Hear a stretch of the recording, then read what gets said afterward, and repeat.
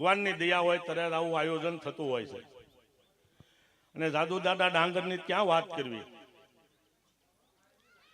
આપણે જાદુ દાદા ડાંગર છે, ઘણા વર્ષથી હું કહું છું, આજથી 5-10 વર્ષથી મારી એક જાતની હૃદયમાં એવી ભાવના છે કે દેવાંત બોર્ડરના ટેસ્યા થાય છે એ સારી વાત છે, પણ જાદુ દાદા ડાંગરનું કેમ નહીં?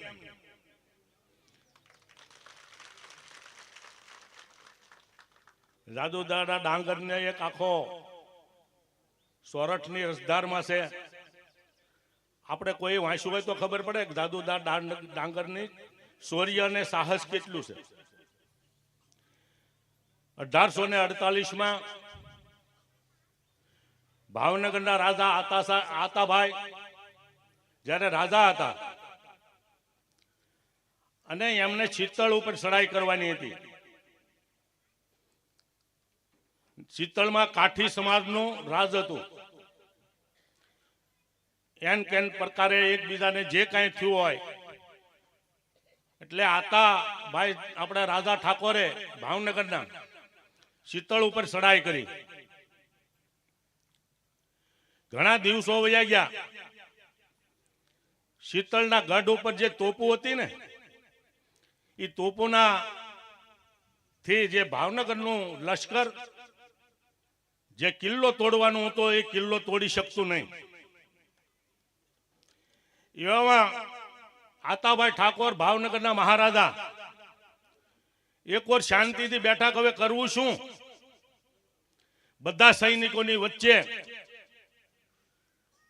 ભૂદેવ પાસે બીડું બનાવ્યું કે ભાઈ આ બધા જે યુવાનો હોય જે લશ્કરમાં જવાનો છે એ જે ચિત્તળના ગઢ ઉપર જે તોપું છે એની માલપા ખીલા કોણ ધરબશે?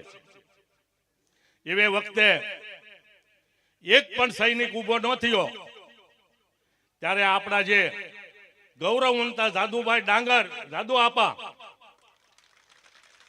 એને બીડું ઝડપ્યું કે શીતળની ગઢ ઉપર જઈ અને તોપની માલપા ખીલા હું ધરબીશ. ત્યારે ભાવનગરના રાજાએ એના હાથ વાહા ઉપર હાથનો થાપો મારીને, ભાઈ તું પરિવારની કઈ ચિંતા કરતો નહીં, તારી વાહે પરિવારને અમે રજવાડું જોઈ બધું કરશું. ત્યારે જ્યારે જાય છે ગઢની માલપા ચડી અને જે એક પછી એક શીતળના સૈનિકોના માથા વાઢી વાઢીને એક તોપની માલપા કિલો ધરબે, પછી પાછા બીજા સૈનિકોને મારીને બીજી તોપને ખીલા ધરબે. એમ કરતા કરતા બધી તોપની માલપા આ આપણા જાદુ ડાંગર આજે જે આપણને ગૌરવ થાય એમ કે આજે એની ખાંભી છે, તો ખાંભીને પણ અમારા વંદન કે આવું ગૌરવવંતું કાર્ય કર્યું છે આપણા સમાજના વીર જાદુ દાદા ડાંગરે. ત્યારે આપણે એને માટે કેમ ગૌરવ ન હોય? આપણને પોતાને એમ છે ભલે પહેલા તો એવું હતું મારે કે દેવાંત આપા ડાંગર, દેવાંત આપા બોદરનું જે ટેસ્યુ બધા ગામમાં થાય છે, પણ હું એટલા માટે કહું છું કે આ દેવાંત આપા બોર્ડરનું ટેસ્યુ કરો છો, પણ હરિજનમાં જેમ આપણા ભીમારાવનું જે ટેસ્યુ બનાવે છે, અને મને ખબર છે કે જ્યારે એ ભદ્રાવળની માલપા એ આપણા આહીના ભાણાને એને બધાને હરિજન સરપંચ ને એની માથાકૂટ થઈ એટલે બાબા આંબેડકરનું જે પૂતળું હોય ને એ બીજા કોઈએ જઈને એનો હાથ ભાંગી નાખ્યો જ્યાં પૂતળું હતું ત્યાં. એટલે શંકાને આધારે પછી પોલીસ ખાતું તો ઓલા નામ એના જ આપે. એટલે ત્યારે પછી અમે અહીં ગયા અને મહુવાના ડીવાયસપી બધા પોલીસની 4-5 ગાડીને એમ કે આને બધાની ધરપકડ કરવી. એટલે પછી અમે એને પાછું એમ કીધું કે ભાઈ બધાને વાત કરી કે હાસું શું છે? તો કે હકીકત અમને ખબર નથી, અમે કોઈ ભાંગ્યું નથી. એ બધા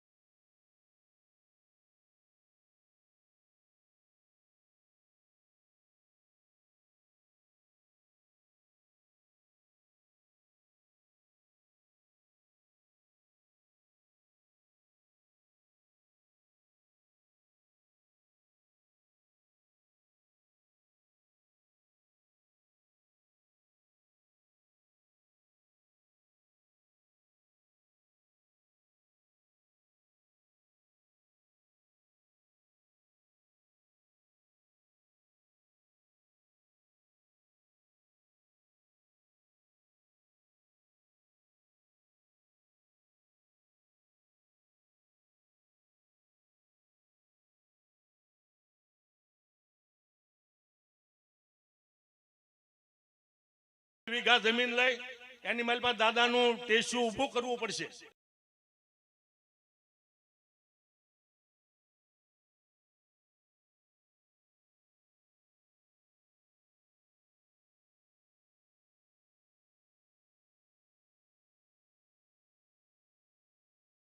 પણ વહેલામાં વહેલું આ દાદુ બાપાનું અમે 5 વર્ષથી વાત કરીએ, પણ હવે વરદની માલપા ટેસ્યુ ઊભું થાય એવા અમારા બધાના પ્રયાસ છે. અને તમે બધા સહકાર આપજો.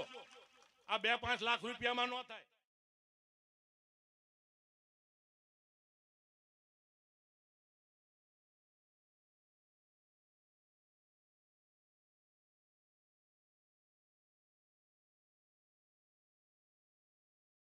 ત્યારે આપ સૌને આજે ભાગવત સપ્તાહનું મોટા મોટું આપણે રસપાન લઈએ છીએ.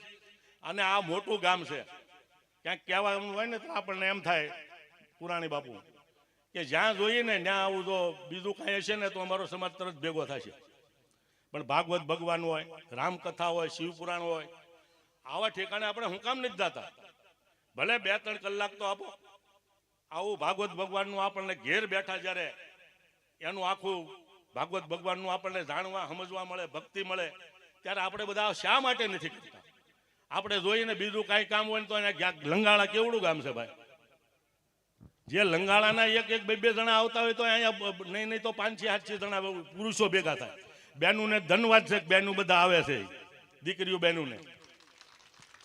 અને હવે આપણે જે વાત કરી ને બધા ઉજળા ઇતિહાસની, પણ આપણે યુવાનો, માતા, બહેનો, વડીલો, આ ઉજળા ઇતિહાસ છે ને એને ડાઘ ન લાગે હો. તમે સારું ન કરો તો કાંઈ નહીં, પણ એને ડાઘ લાગે ને એવું કાંઈ ન કરતા. આપણે બહેનું દીકરીઓ હોય, આને ઘણી વાર અમને સમાજમાં હોય એટલે અમને ખ્યાલ છે. મા બાપે દીકરીઓને કેટલી રીતે લાડ કોડ કરીને મોટી કરી હોય, ભણાવવાનું હોય. 20 વર્ષની થાય અને મા બાપના કોડ હોય કે એને સારી રીતે ઘર મળે, સારી રીતે લગ્ન કરીએ અને દીકરીને વિદાય કરીએ. આ સપના મા બાપના હોય છે. કુટુંબ, સમાજ. આ દીકરી જ્યારે એના એક પોતાના સ્વાર્થ હાટું આ કુટુંબને, મા બાપને, સમાજને તરસોડે છે, ત્યારે એના જેવું દુઃખ બીજું ક્યાંય નથી. એટલે વિનંતી કરી છે કે જે બેનું દીકરીઓ છે ને એના માતાઓ છે, એના બેનું દીકરીઓનું જરાક ધ્યાન રખાય. ઢોર ગયું હોય ને ઘેરે ન આવ્યું કેમ ખબર પડે કે આ ઢોર આવ્યું કેમ નથી. આપણી દીકરીઓ છે, ભણતી હોય, જ્યાં જાતી હોય ને, બેનપણીનું નામ લઈને જાય, બેનપણીને શું કામ બેનપણી આપણે ઘેર આવે. એટલે આવું બધું અમને જાણવા સમજવા મળ્યું છે. એટલે હજી હમણાં જ તે એક બેન વૈયા ગયા છે. શું કરવાનું કયો સમાજમાં? એટલે કહેવાનું આપણે બધાની ફરજ છે. આપણે આહિર છીએ, આપણે આહિરની આયરાણી છીએ, આપણે આહિરની દીકરી છીએ.